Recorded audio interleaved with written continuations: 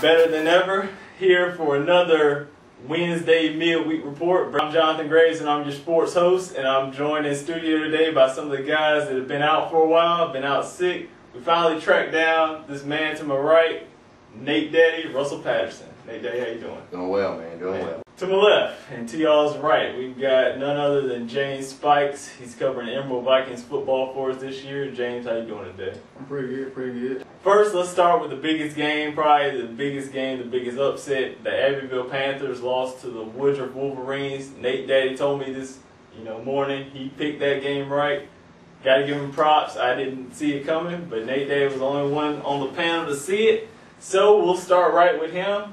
Nate Daddy, when you're breaking down Abbeville versus the Woodruff Wolverines, tell me what happened and why you were able to predict that loss. Well, I just think, one, Woodruff's a really tough team. They're a good team. You can't take nothing away from them. They throw the ball well with Jake Lambert. They got a lot of good receivers, decent running back, good offensive line. Good team, good sturdy team for 2A. I think the game pretty much boiled to Abbeville turnovers. I think Thaxton showed out, if I'm not mistaken, yards-wise, and Elmore as well. But they could never get that touchdown just to put them up that much more. They'd go up by a touchdown, but have a chance, fumble on the 2, and get the ball right back to them. Mm-hmm. And they just hit that touchdown. That's 2 scores. Right there, you just take all the air out of Woodruff, mm-hmm. and right there you got the win. But I don't know. I think it's good for Abbeville to lose a game. I don't think they need the pressure of going into the playoffs undefeated to where, oh man, we're undefeated, we got to stay. Now they got lost. They got kicked in the butt a little bit. Now they know how it feels, and now they can take that, turn it over, and come back and play better. In the next game we're going to start talking about the Emerald Vikings. It pains me to say it, but Emerald is off to the same start they were last year, 0-2. But James, when you're looking at the Emerald Vikings, a lot of things going wrong right now. Tell me what's going wrong, and maybe we can give them some clue as to how to fix it. Well, first of all, I think that they still don't know if they want to be a running or passing team. So right now, you can just tell the coach is just trying different things with them, so he can figure out what fits the team, because he's still a new coach. It's his first year. And another thing they need to work on is special teams, because when they kick off or they punt anything, they need to fly down the field and make tackles as soon as possible, because they're letting the other team get a lot of return yards anytime they kick off or punt. And that'll help them a lot. Yeah. Moving on, we're going to go to the Greenwood Eagles. First loss of the season against Dorman on Friday. It was a 35-14 defeat to Dorman. The Eagles, they ran to a team that was a little bit tougher than them, and a little bit faster than them, a little bit bigger than them. I think it was a good learning experience for the Cathcart administration. They had a little bit of difficulty on offense. Greenwood, they're going to be okay. Let's go over to the 96 Wildcats. The only team that came away with victory in the Lakelands this past Friday night. Nate Daddy, when you're talking about 96 versus Saluda, they were able to pull out an 8-point victory. Mm-hmm. Trey Smith actually got hurt in the game. Yes. And that is a big story right there. Mm-hmm. Ryan Slack came in, and now it looks like Ryan Slack might have to lead this team for a couple of weeks with Trey Smith's shoulder injury. Mm-hmm. Nate Daddy, when you're breaking down the Wildcats, what are you seeing out of them right now? Well, they got a gut check this weekend. They lost their quarterback, but from what I heard through here and there, they were preparing for Trey Smith not to play anyway because he's been sick. The doctor released him Thursday, told him he could play. So he came in, he started the game, was doing very well. Trey Abney, the backup quarterback, has been out with a shoulder injury, I believe, something of that nature. So they pretty much were ready for him not to play. He didn't even dress. And they worked Ryan Slack, a wide receiver, in at quarterback a good bit this week. And lo and behold, thank God they did, because he ended up having to come in. I think he passed for over 100 yards. Mm-hmm. They didn't really throw it that much. They threw it a little bit, but he kept connecting with Dante Pride for what seemed like 40 yards a play every time they connected. And Ryan's a smart kid, plays well, plays hard.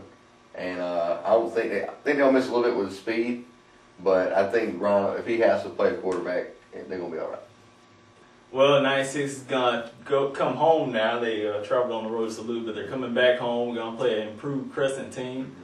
Talk about that game a little bit later. Let's go over here to my left, y'all's right. Ware Shoals. I know, James, you're a big Ware Shoals fan. Probably not right now, though. You probably want to stay away from them a little bit. But The Purple Storm are struggling right now, and it's almost reminiscent of last season. They come into the Emerald game 1-2, but this year they're not facing injuries. They're just struggling on offense right now. They put up a total of 12 points in the last 2 ball games. It's really, really a struggle right now on offense. Having trouble running the ball, and when that happens, they don't really have a passing game to go to. So when you're breaking down where it shows, they lost 14-6 against Pendleton. What are you seeing out of the Hornets right now? What are you hearing? I'm seeing that West shows is a running team, and that's what they know. They're not going to pass the ball because that's not them. And for them to be a strong running team, it starts in the trenches with the offensive line. And right now, the offensive line is just not there. And if the offensive line is not there, they have a great backfield with Amick at quarterback, and then they have Suber, and then they have Rikis back there, and they can't go and find the holes because there's no holes for them to run through. Yeah. Game of the week this week, Emerald is going to bring Ware Shoals into their place and see if they can get the first win of the season. That's going to be the GTS game of the week because it's such a big game for both teams to get back on track. And they're both purple. They're both purple. Both Barney colors. You got to do it, guys. Anyway, let's break down a couple of college games before we move on to the predictions. Carolina, James, you got the colors on, the red and black. Not too good against another red and black team, the Georgia Bulldogs. Lost by 4 points. I'm not sure if you caught that game. Oh, I watched it. Oh, you watched it, man. He watched it, guys, and we're going to let him break it down right now. Honestly, before they played, I thought that Georgia was going to slaughter them. That's what I thought. But then it was just a tip-tap. It was a really good game. It turned out to be a great football game. And I was at work at the time, but I definitely sat down and watched it anyway.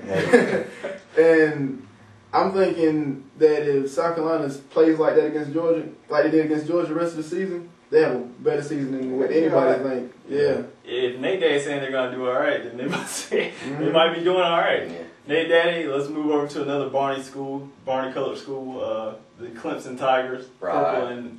Purple and orange. Right. Tigers. Yeah.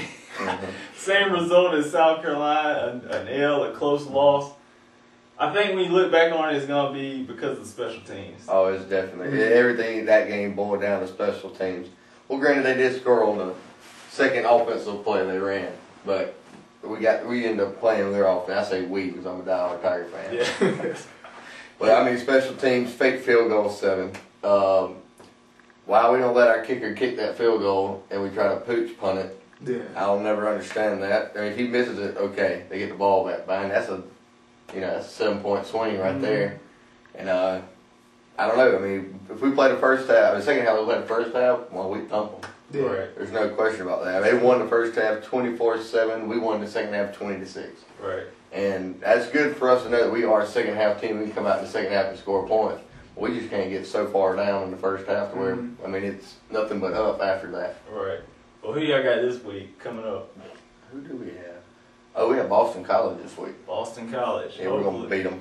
All right, and Nate Day is predicting a W, and we're about to find out by how many points in the second part of this GTS Mid-Week Report. We'll be back.